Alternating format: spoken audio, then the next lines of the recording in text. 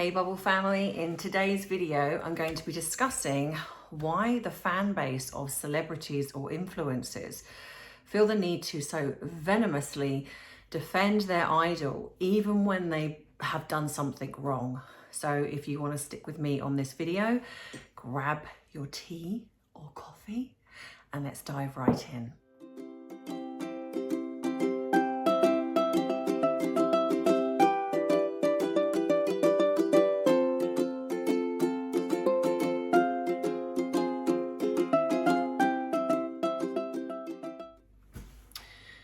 Welcome, Bubble family, welcome. So yes, another week has gone by, and as always, I hope you have had a great week.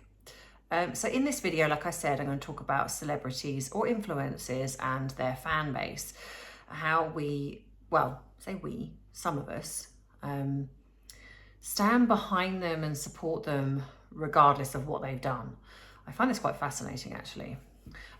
So before I dive into that, I want to say thank you very much to my friend. You know who you are, who she sent me this lovely mug, even though I've got all smears on it, which has got E and M's.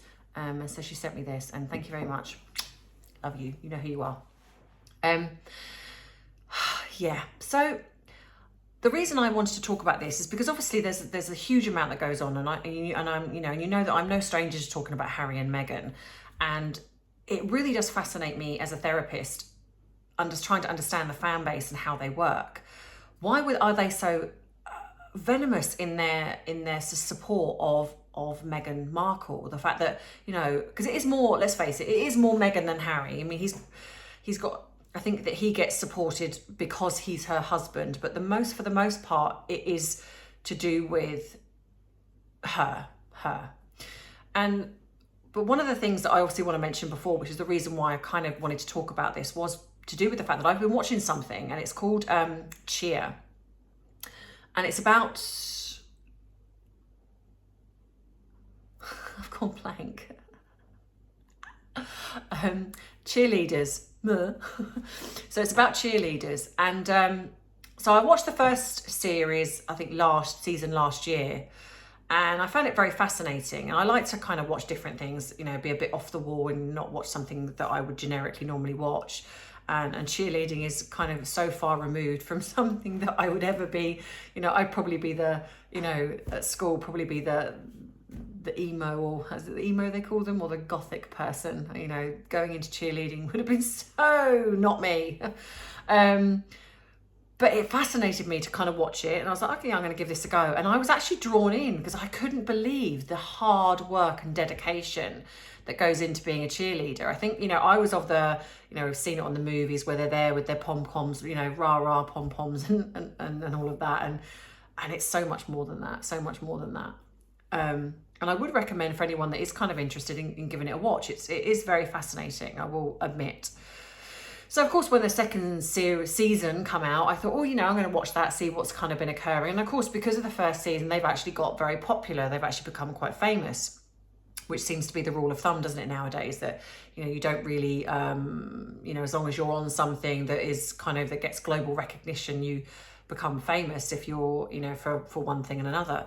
So some of the cast have become quite famous because of it. And then there's one particular person, his name is Gettr, who's this like larger than life character. He's very flamboyant and a likable character. So of course, you know, and I liked him, and I was certainly one of the ones that did like him.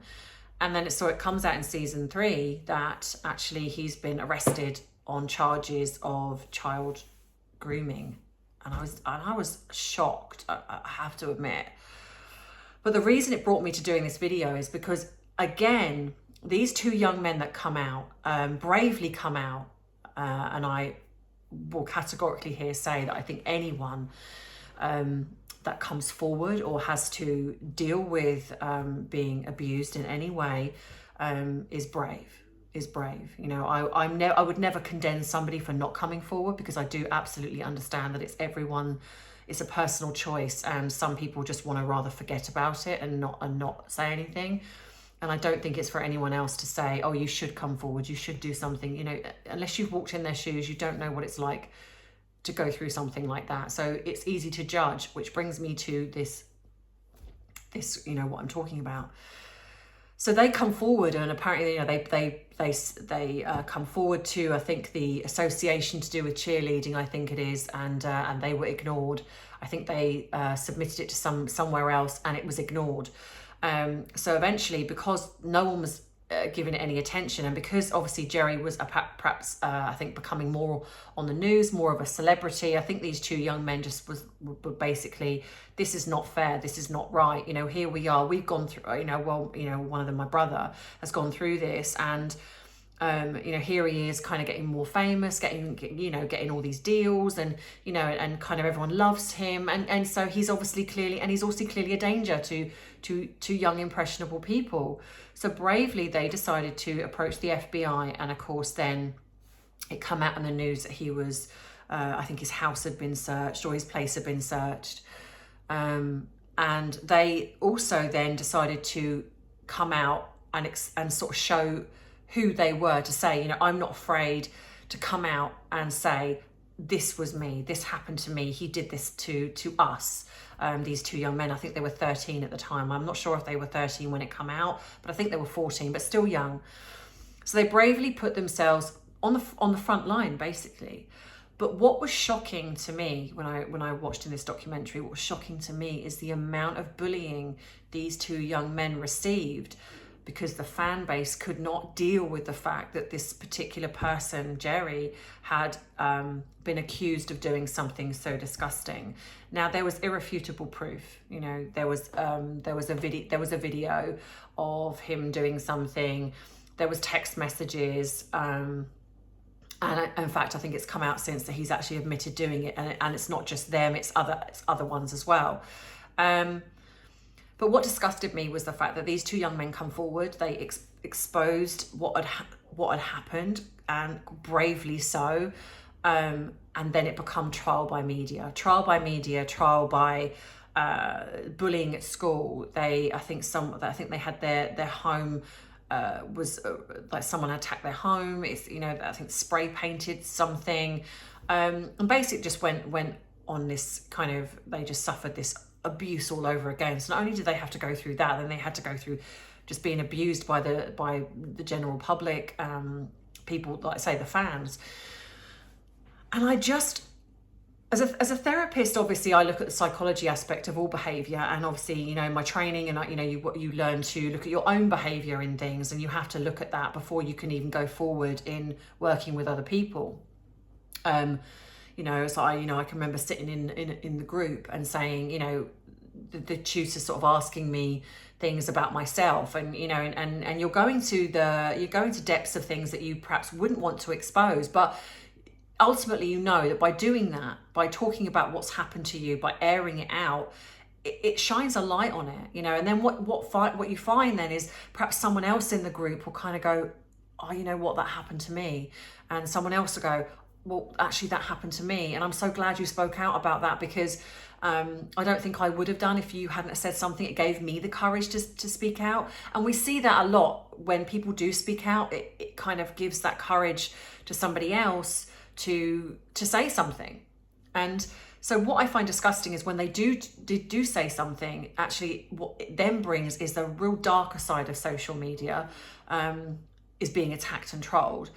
Now, obviously, a lot of you know that I've certainly experienced that myself the end of last year, and actually it's bleeding into this year, where I've been bullied and trolled online. And I can tell you now categorically, it is not fun. But I can only imagine for these two young people, because this is just a small fraction for me, but for them, when you're dealing with a celebrity nonetheless, which has got thousands of people and a fan base, it's like how horrendous that must have been for them. So then that brings me to kind of like the way Meghan, you know, with Meghan's fans, you know, how they deal with, you know, it's like the irrefutable proof. And it's not just about the proof we physically see. You know, if we go into the fact that she is being accused of bullying staff. If this was Catherine, then I'm pretty sure most of us, if not all of us, would be that there's no way that's true. There's no way, because you look at the character, there's not one person that's come forward ever saying that Catherine is a bully. You know, like when it come out that apparently she allegedly created Meghan to cry, there is no proof whatsoever that come out before that to show that Catherine was in any shape or form a bully. She's never bullied anyone. There's never been anything that's come out regarding that. No friends, no ex-lovers, no school friends, you know, nothing. But there has been multitude of people that have come out and said that that Meghan has been a bully, that she's not a particularly nice person. So it's not a far stretch to think that actually, well then if that's the case, then the chances are then this is possibly true. But still, we don't know for sure, because like I've said before in the monarchy versus family video, which I'll put a link in the description box if you haven't watched it, we only get to see a fraction of what goes out on the public forum, but they're still private. You know, we don't know the conversations that happen. We don't know those. We can only guess. But it's still regarding that. We can still support. We can still kind of go, do you know what? Actually, I'm still going to support the Queen. I'm still going to have my opinion, and I believe that Meghan is a bully, or I believe that, you know, that this bullying took place, and that's okay. But the difference with certain people is that they don't just have an opinion and they kind of go, do you know what? I'm going to stick to that opinion until I see otherwise. And then perhaps then if it is exposed that actually then that this was all a big lie, that then that person might go, hold my hands up and I was wrong. You know, I believe that she did, and actually I don't think, you know, it's come out that she didn't. Like, for example, the thing with Jerry. It come out, you know, that he actually owned up and said, yes, this is true. But it makes me think, if he had come out and said, you know, I'm innocent, would it have made a difference? You know, it seems to be that with trial by media, that it doesn't matter whether there's proof, not proof. If you're a fan, or a specific fan, should I say, you're going to stand behind them and back them, even if it's something as bad as grooming children. You know, we've even got the likes of Amber Heard and Johnny Depp. Another classic example. Johnny Depp's career was savagely trashed. Why? Because his ex decided to say, he's done this. No evidence. He's done this. All that footage that come out, all the tapes with her recording, belittling, bullying, made no difference. Made no difference. And people still, her fan base still supported her. So it kind of then goes to show the mindset of a fan base. You know, are we looking at, when you're looking at, you know, Amber Heard's, Meghan Markle, specific people, their fan base that stay behind and support, I have to question their moral code. You know, when you've got somebody that will stand behind someone that bullies somebody just because you like them, just because you've seen them on television, or whether it's film, or you've seen them on YouTube, or you've seen them on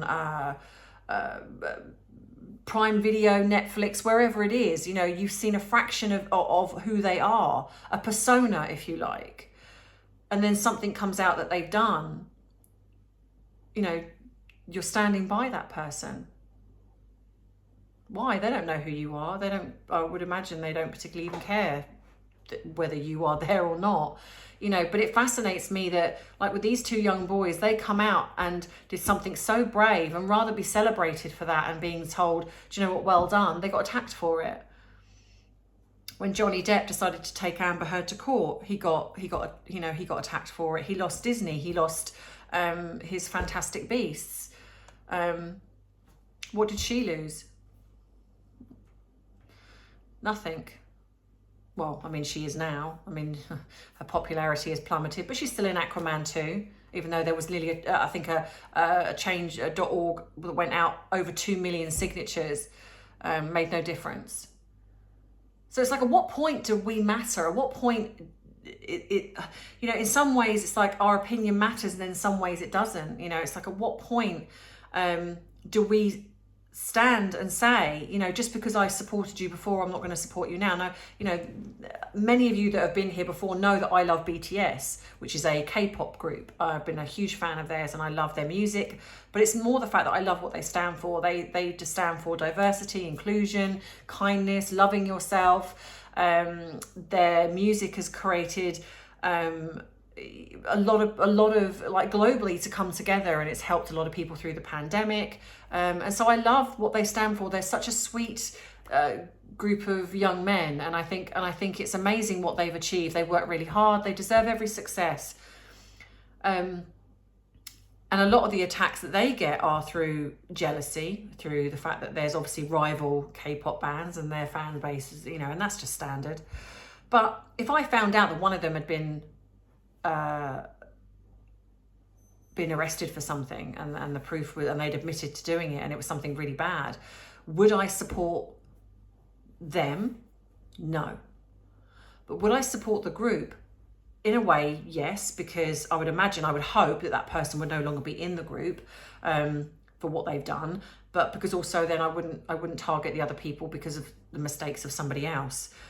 So, but it's interesting to me that's my moral code. You know, I have those morals and ethics, and if someone bypasses that and goes against that, I am not going to support you.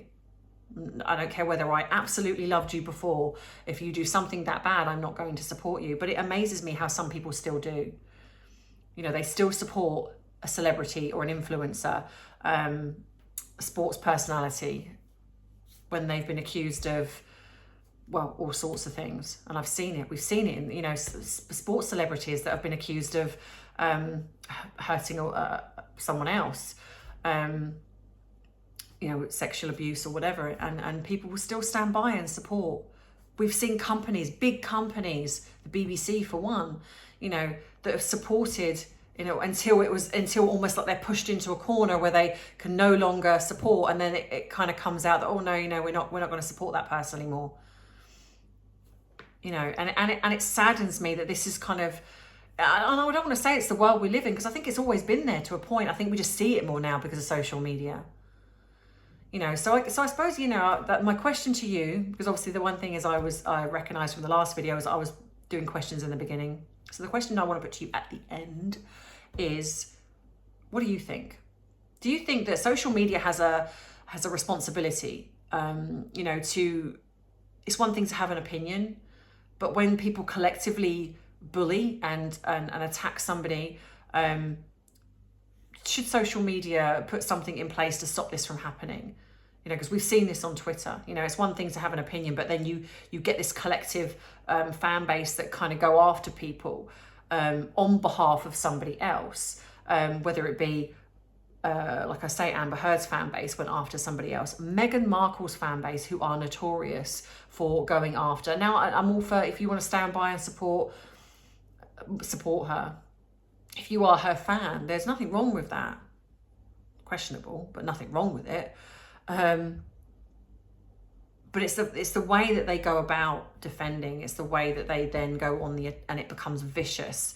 And you know, and like when, you know, we've certainly heard that, you know, there's been you know, fellow YouTuber, a friend of mine who was viciously trolled by them, viciously trolled. You know, they exposed her personal life, her name, her address. You know, that's taking it too far. But Twitter doesn't really do much. It allows this to continue. It allows the bullying to continue. So at what point do these companies have a responsibility? When the responsibility of the person stops, where they just stop being responsible and feel it's okay to, like, say, attack and belittle two 13-year-old, 14-year-old lads for coming out and being brave and coming out and saying that this person, this celebrity did this to me. At what point does, you know, because when you're dealing with these type of people, then clearly morals are out of the window. These people do not have ethics. They do not have this moral code. They don't care. And anonymity, especially on a social media platform, that gives them kind of free reign to say what they want, but it's damaging. And at some point, I think social media has to stand up and say, okay, we're not doing this anymore. We need to find a way to be better. Now, I'm not talking about all the spiel that Harry has said about, you know, what, you know, because we know it's about controlling speech, and I don't want to control speech, but I do think that there has to be something there has to be something. I don't know exactly what, but I do think that when it becomes uncontrollable, because why should it be that the victims, because I mean, I see this all the time, or just come off social media. If you don't like it, come off. But for the most part, if you enjoy being on social media, why should the victims come off social media because the bullies think it's okay to kind of collectively, and like I say, it's not just one person, it's a collective amount of people that target, you know. But why should one person, and that to me it's like that's victim shaming, and it's a version of like these two young lads when they come out and spoke out about it, rather than people going, well done, people were like, but it's Jerry, you can't say that about Jerry, that's awful. And it's wrong. It's wrong. But we've become a society now where victims feel terrified to speak out, not just because of not being believed by the court system, but because when it comes out in the media, you're slammed. You're slammed. And it seems that, you know, if they're balancing the scales, it seems that the people that support are here and the people that attack are here, you know, and and again, I think it's wrong, but I put it to you guys. So my question to you guys is, do you think that it's okay to victim shame somebody and basically say to them to come off social media? Now, I'm not talking about mental health aspect so much here, that, you know, if something's going on and you don't like it and you want to come off for a break, because I've certainly done that myself, or you choose to come off because you want to, because like me, Twitter is a bit of a cesspool, that's different. But when you're kind of bullied to a point where you just can't cope, do you think social media platforms have a responsibility, or is it just that the responsibility should lie with us and that's it? You know, there shouldn't be anybody else, you know, so, you know, what do you think? You know, I myself think that there should be some balancing of the scales here somewhere. Yes, we should be responsible 100%, but we are dealing also with people that are of a similar personality. You know, when you have narcissistic personalities that support narcissistic personalities, you know, or sociopathic or psychopathic, you know, we've heard of before how people that do something really, really bad, like what comes to mind, is it Chris White is his name? Chris White, the family annihilator. He's gone to prison, and he gets women that want to marry him. You know, he's become infamous, you know, and people that believe he's innocent, even though he absolutely admitted to doing it and the proof is all there. But there's still people, you know, and of course, you know, you're dealing with people there that clearly are not thinking with a rational mindset, you know. So, but when you have that on a collective level, it's incredibly damaging, you know. So again, like I say, putting it to you guys, give me your thoughts. What do you think? You know, as always, be kind in the comments, be respectful to others, because everyone has got a different opinion and it's okay. We don't have to agree. We can still get along and be a happy bubble family, but we don't have to agree with each other. It's okay. So yeah, so I hope you enjoyed this video. I will be doing another one obviously next week. I'm trying to get into the habit of perhaps doing 1 or 2 in a week if I can. It's just the work has blown up a bit at the moment, but so bear with me. But I hope you've enjoyed this one. I want to give a big shout out before I go to Trevor Colt. Trevor, you are a gem, you are a star, and I just want to say thank you so much for your video yesterday. I have had a huge amount of support from your platform. My subscribers have gone up. So that has certainly helped the damage that was caused by the end of last year. So I want to say thank you, thank you, thank you. I am blessed to know you as a person, and even more blessed to have you as my friend. So even though I know you call yourself the ginger twat, you are a ginger twat with a heart, and I think you are an amazing person. So thank you to you, and I thank everyone who's supported me and continues to support me. Thank you for the people that have bought me a cup of tea. The link will be in the description box below if you want to do that. It is not obligatory, but you can. So I love you all. Have a great weekend, all of you, and I will see you next week. Bye, Bubble family.